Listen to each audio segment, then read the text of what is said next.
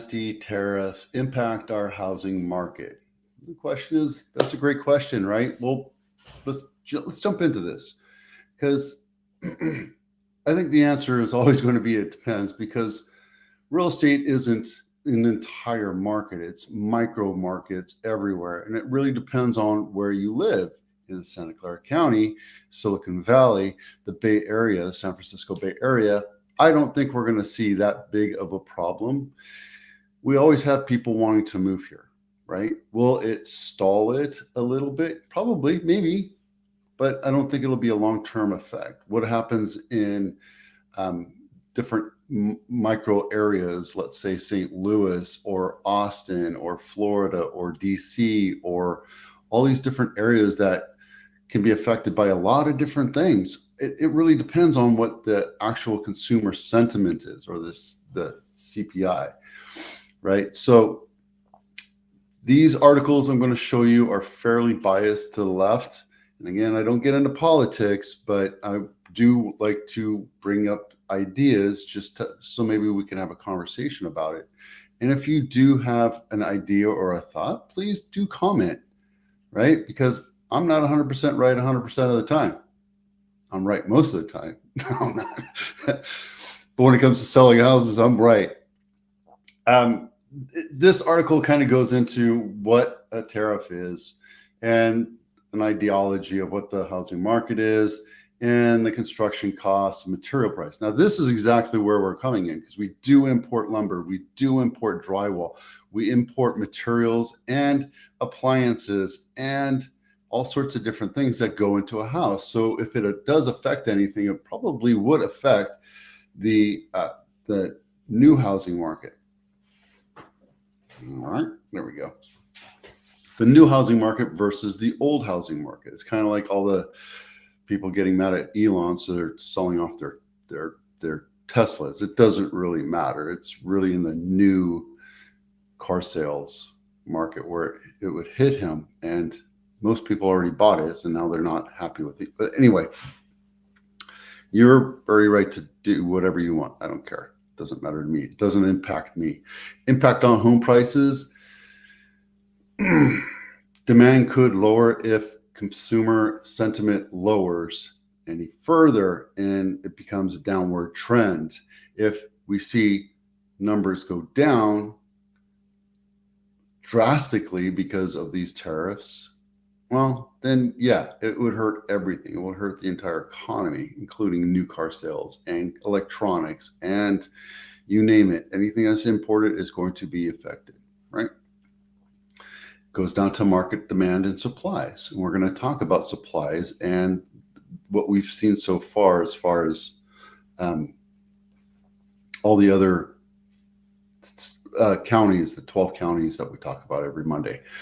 Economic uncertainty and consumer confidence. This is where it really impacts, right? We don't know what's going on. We don't know if we're going to go into an economic crash. We don't know what's going on, but I have slides. I just don't have them with me, unfortunately. I'll bring them up tomorrow.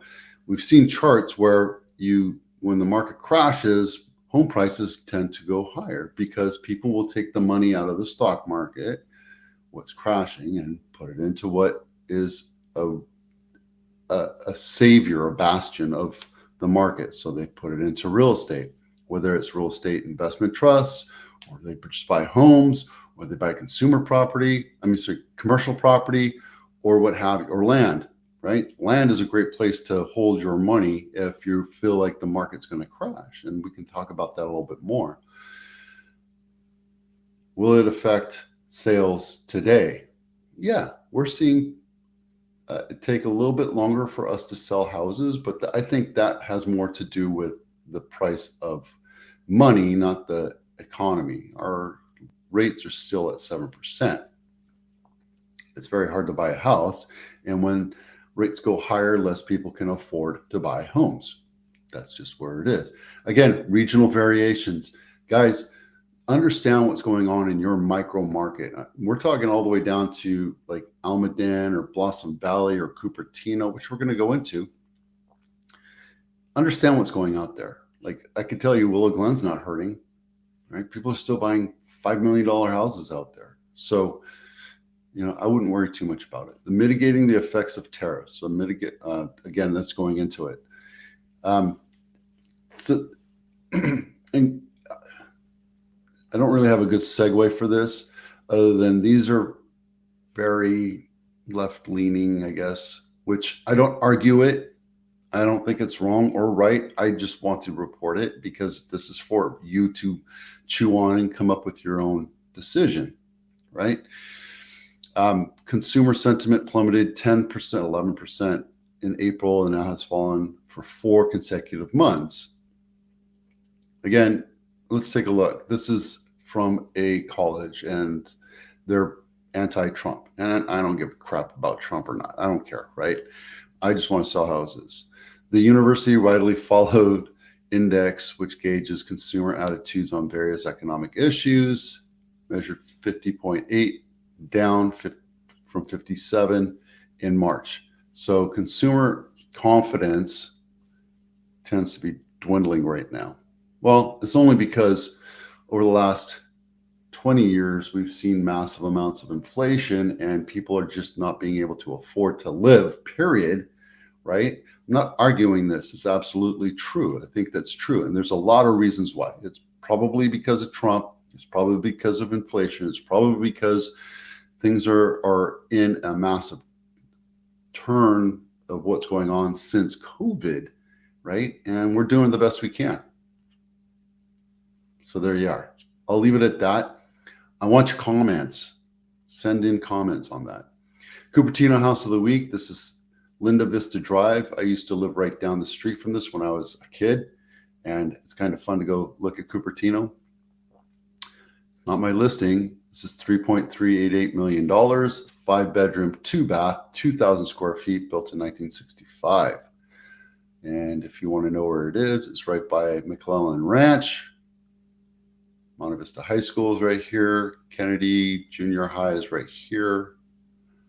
Yep, and it's right there. So if you want to go up the hill, down the hill, and up the hill again, that's where it is.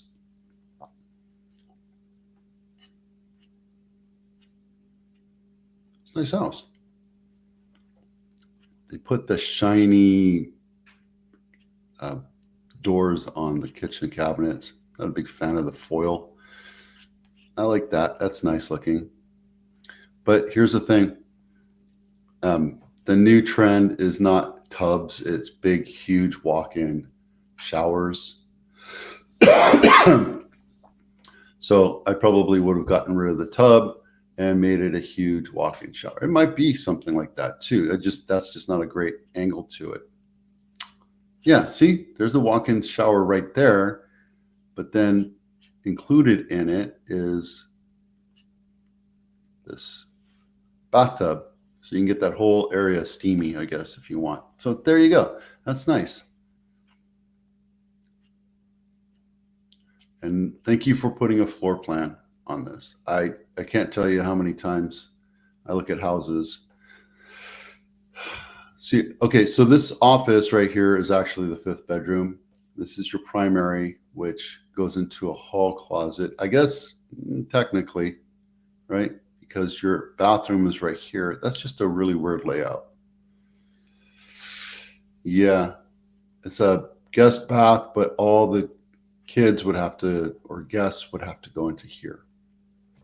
Not my thing, but there you go. Cupertino House of the Week. Willow Glen House of the Week. Lincoln Ave, one of the busiest streets in San Jose. Not my listing. $3 million, 4-bedroom, 3.5 bath, 2,900 square feet, built in 1925. This thing's 100 years old. Let's take a look at it. I think this has been rebuilt a couple times and remodeled, obviously, but yeah, it looks nice. Like all the can lighting. And you have a nice playroom, family room right here. Whew, I don't know about 3 bunk beds. That reminds me of my time in the Marines, being on board ship. I don't like that bathtub right there. It looks really just tight to me.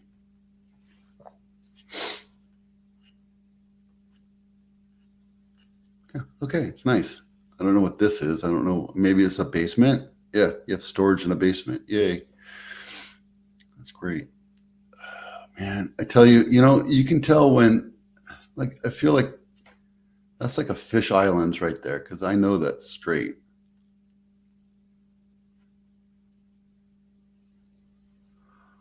Why does it feel so crowded?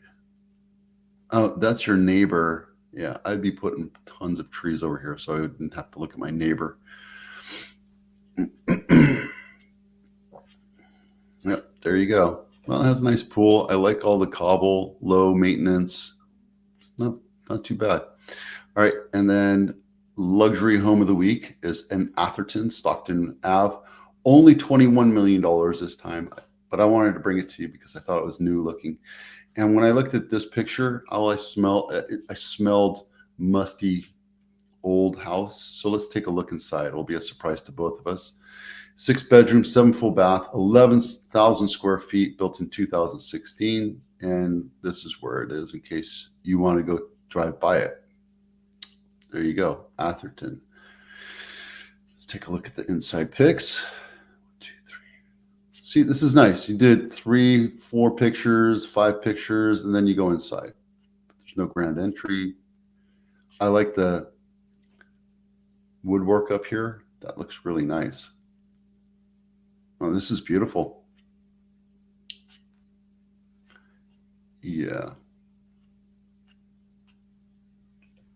I feel like we've seen this one before. But to me, the inside doesn't look like it smells musty and old because it's been completely redone. But you look at the front picture here and you see the paneling and the woodwork and all that. It seems old. I would probably spent the time to put a different finish on that. That's it. Santa Clara County is now $2 million median sales price, and San Mateo is only 1.996. So congratulations, Santa Clara County, for being the most expensive place to live in the Bay Area. And let's get into our 12 Bay Area report. Now, I want to show you that I've been showing you average numbers, not the median sales price, because the median sales price is misleading. I think the average sales price tells you a better number, because if you look at it, San Mateo still has the $2.6 million versus almost 2.5. Guys, Santa Clara County has been going more and more expensive. And I know we're only reporting 7% increase every week, but I think since December, we were at 2.15, 2.2. So things are just chunking up there. And I wouldn't be surprised if this number, if Santa Clara takes over San Mateo in the next couple months, if things go the way it is. Now, why am I talking like we're in a race and a deadhead seat? Because, guys, I'm telling you, it doesn't matter where you live on the tariffs. If you're in this, I'm sorry, that's incorrect. It does matter where you live. If you're in Santa Clara County or the Bay Area, homes tend to sell for more, unless you're in Napa, where it's 95 cents on the dollar, or Monterey, where it's 96 cents on the dollar. I should actually, instead of plus and minus, I should just do the annual average. Like San Francisco, people are racing back to San Francisco. A year ago, people didn't want anything to do with San Francisco. So now I guess it's cleaning itself up. So in Solano and Sonoma, people want to move there, right? So Santa Clara County, people are willing to pay 8% over list price on average, right? And it's not because we're listing it at what we think it should sell and then it gets more. It's just we list it a little bit lower and then it sells. That's how that works. We also have more listings in contract than any other county, right? So Santa Clara is a high volume county. It always has been and always will be. So far, this last week, we put 181 new listings up, and we're at 1,800 new listings. Of that, 2,100 have sold so far. So what's going on? It's because some sold from last year, right? So this week, we put 141 houses into contract. That's a lot compared to, I don't know, 85 for San Mateo or Alameda, we have 136. So Alameda and Contra Costa are high volume as well, but they're just not as expensive. So people are flocking there because it's more affordable, right? So there you go. All right. That's it for now. Thanks for watching. I'm Vito with Abitano. I'll see you out there.